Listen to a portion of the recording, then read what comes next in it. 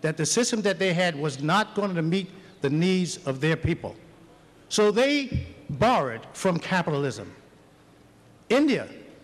I was in India in 1995, in 1992, when India started opening up. I think that you've done a remarkable job. Now, there are always warts in any system. This is the point that we're making. It's not perfect.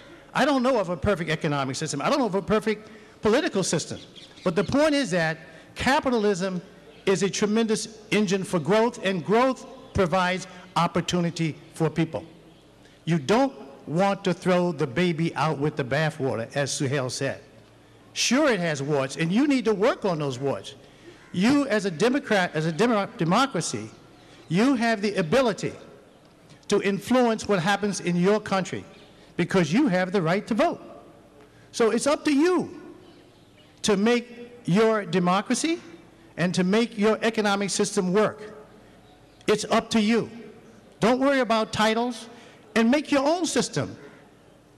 Capitalism has proven to be very flexible and adaptable. You have one form of capitalism in the United States, another form in Sweden, another form in Spain, another form in Nigeria. You have to make your own system. Don't follow a pattern. There's no one pattern.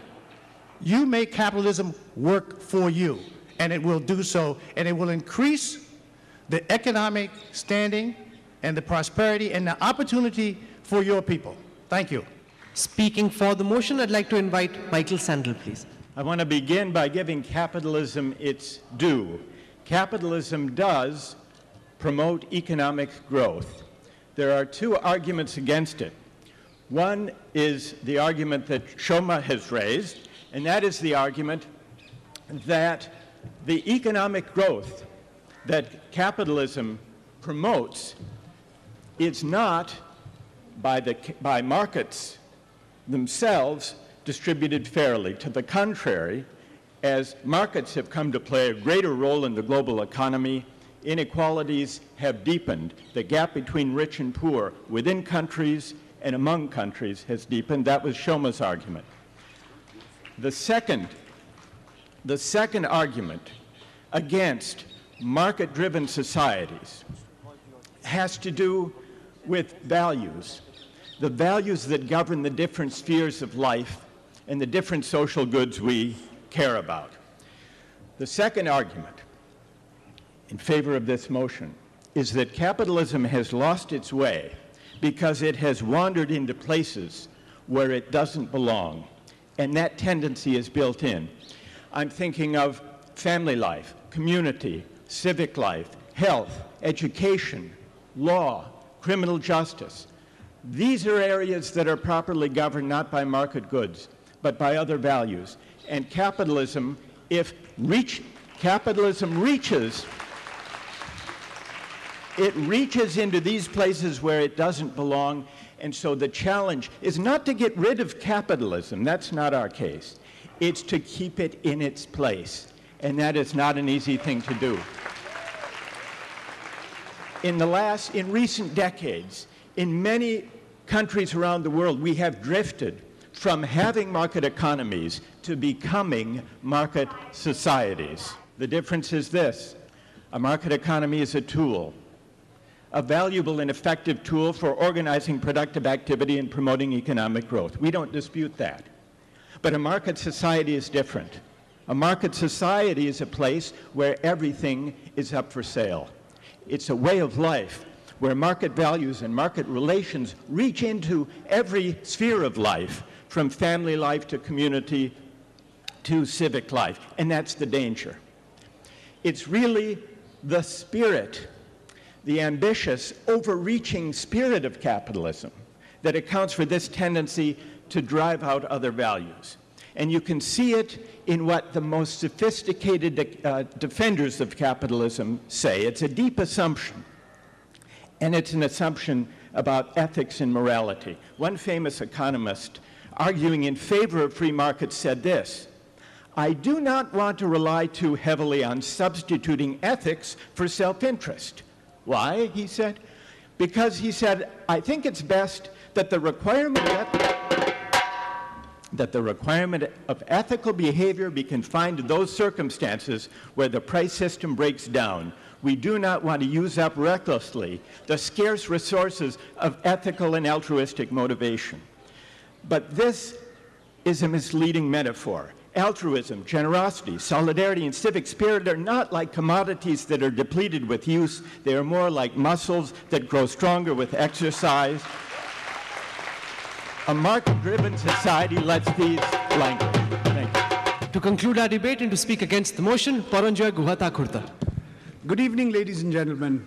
My pleasure, my honor, my privilege to be here. Thank you, Suhel, for describing me as a contrarian. I actually disagree with a lot of things that have been said here, so let me start one by one. Shoma is wrong. The rich have indeed got richer, but the poor haven't got poorer. The difference is that the gap between the rich and the poor have widened. Inequalities have grown. The problem, ladies and gentlemen, is that there is no ism in this world today. It is a misnomer to believe that capitalism had a way, and say if you assume it had a way, then only can it lose its way. Capitalism never had a way. What was public about our Indian public sector when it was run like the personal fiefdom of our netas and babus, those in positions of power and authority? What was private about our private sector, including the company that sponsored it? The Birla family had more shares in Tata Steel at one point of time than the Tata family. Tata Steel was run with money that belonged to the people of this country, with term loans from government-owned financial institutions, with bank loans from commercial banks. So, ladies and gentlemen, it's a joke to call capitalism and socialism. We were supposed to have got over our bad old socialism days.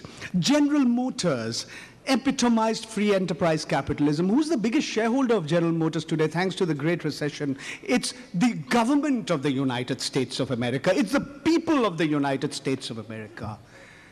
Ladies and gentlemen, the problem that those who believe that capitalism has lost its way, they don't realize that greed is not the only motivation that drives human beings. Even Raghuram Rajan, who Shoma quoted, wanted to save capitalism from the capitalists. The problem is very, very simple. These words have got turned around on its head. Hitler talked about democratic socialism. Did Hitler believe in democracy? Did Hitler believe in socialism? Answer, no. Today, we have a curious situation where Adam Smith talked about that invisible hand, except it became an invisible fist for the underprivileged. Ladies and gentlemen, what's the difference between the world's oldest democracy and the world's largest democracy, where you are in at present? In the world's largest democracy, at least 1 out of 4 persons goes hungry to bed. In the world's oldest democracy, where Mr. Frank Savage comes from, 2 out of 3 individuals are overweight. If the top 100 people, if the richest 100 people of this planet could share their wealth, there would be no hunger. The United States of America, with 300 million people, has less than 5% of the population of the planet. They still, even after the Great Recession, gobbled up 1/4 of the planet's resources. India and China account for 40% of the world's population, but we account for barely 1/5 of the total resources of the planet. If every Indian and every Chinese started consuming like the average American, we need 2 planets Earth, ladies and gentlemen. We only have 1 at present. But the problem is that in India and in China, the gap between the rich and the poor have grown. We seem to have imbued the worst attributes. We've taken the worst of all worlds, not the best of all worlds. And that's why we in India and those in China, we seem to be emulating the worst practices and not the best practices. Ladies and gentlemen, there was one word that was not mentioned. Somebody mentioned socialism. Nobody mentioned communism. I think my friends have forgotten that man with the long hair, the beard, who died a pauper. He said, from each according to his opportunity, to each according to his need. Until you and I can distinguish between our need and our greed. Thank you. Let's see who wants to come first. That gentleman over there. First of all, good to see the topic like whether the capitalism has way or no, because since 1989 I'm hearing about whether the socialism is relevant or Marx is relevant or communism is relevant or not. But the first time this festival has recognized that we have to talk about the relevance of capitalism. So the topic is very good. The second thing is that it's very good to have, as an economist... Do you have a question and do you want to tell us whom it's addressed to? Yeah, the question is that my own view is that there are two salient features of capitalism: the socialization of losses and privatization of profits. Yeah. The second thing is the lopsided development that has taken place because of we'll pull up another chair and have a 7 debater. No. So do you have a question or do you have a view? Because time is limited, I'm sorry.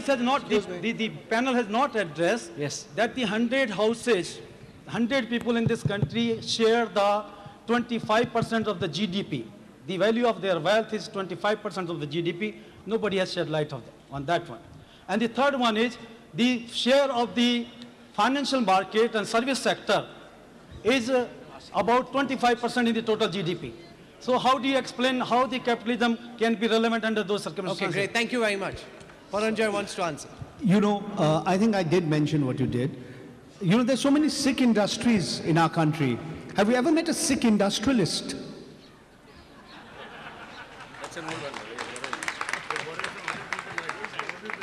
I have to clear your confusion. We have been the canny underclasses and we've put a Trojan horse in the enemy's ranks. Don't be confused, he's arguing for us. Yeah, am I in the queue? This is called match fixing. They put a Trojan horse in. Yes, please. My question to the August House is that is it not imperative for humanity now that instead of justifying lifestyles and values in terms of certain isms, whether it be capitalism, social or socialism, we actually focus on the fundamental values which are important for human existence, whether they belong to capitalism, for example, say liberty, individual liberty and enterprise when we speak of capitalism, and the fact of distributive justice as very important whether we speak of, when we speak of socialism. Is it not important that instead of having a fetish with either capitalism or socialism, we try to evolve a way of life which is conducive and which is more fulfilling for each and every individual? Whom do you address this question? This is addressed to the House. Anybody is free to answer. Humanism.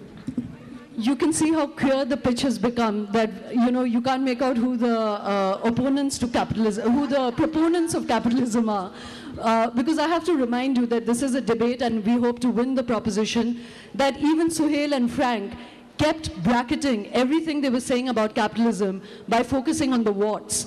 Today, we are not arguing that we have to do away with capitalism. We are saying that capitalism has lost its way. We are not discussing other things. We are saying that it needs to introspect, it needs to modify itself, it needs to change its own vocabulary. For sure, there can be no substitute for the free movement of good, for the free opportunity and equal and transparent markets. But my argument is that that does not exist today, and it does not exist because capitalism has got mutilated and has lost its way. And I agree with you, it needs to acquire new vocabulary.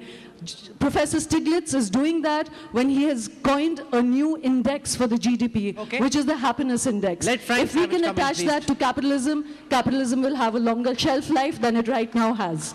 Right. Shoma, if you actually looked at the Western world, the United States and Europe, you would see that in fact capitalism has morphed. It's taken a whole different form now. We have something that you call a mixed economy. This is an economy where the private sector is in a position of driving the economics of the country, but you have regulatory systems which oversee those to protect the people from being abused, to protect the provision of health care, of schools, of education, of roads. And we as capitalists, and I count myself in that group, recognize that we have a great privilege, and we've been given a great opportunity, but we also have an obligation to help the country to solve the problems of the shortages of education, food, health, etc. So there is more of a collaboration now, because we all recognize that we can't be pure capitalists or pure socialists. We have to take the best from these systems. There'll be an opportunity for interjections later. Shoma has the habit of hijacking shows, so we won't allow that to happen. We will take some more questions. There will be 2 minutes for you to interject and to rebut each other. The lady in the pink. My question basically deals with the fact that the major argument against capitalism seems to be that the distribution of income is not proper in a purely capitalistic society. I want to ask the people who are supporting this notion as to, is it possible for them to name such societies where communism or socialism has prevailed, and the distribution of income is extremely amazing, and the people there live completely in equality? The countries of Scandinavia, Norway, Sweden, Paranjoy, Denmark, that Finland. was for people on the other side. I answered the name. Sudeep, those countries are not communist countries, not by a long shot. Look, so you can't say that they represent a system where you have an equal distribution because it comes from capitalism or comes from socialism. That's not the case. No, again, I just want to clarify that. Well, the thing is that, as Shoma and our side have said earlier, that the point is not that we don't need capitalism and so on and so forth, but it has lost its way. And in this particular case, let's just relate it to ourselves where we are right now. I think I brought up the fact that capitalism has sort of been corrupted over here. It's been sort of, it's arrogated for itself all the bad things that ought not to happen. And I think we're in a situation right now where people are living in a state of denial as to what this capitalism can do. It is actually fueling, in my opinion, a lot of the violence that you see around in India. People are forgetting the other aspect of capitalism that sort of stands up for protecting your constitution, your rights, your freedom of speech. All of that is being subjugated by, in fact, the notion of capitalism as it has come to be today, when you're not allowing people in the communities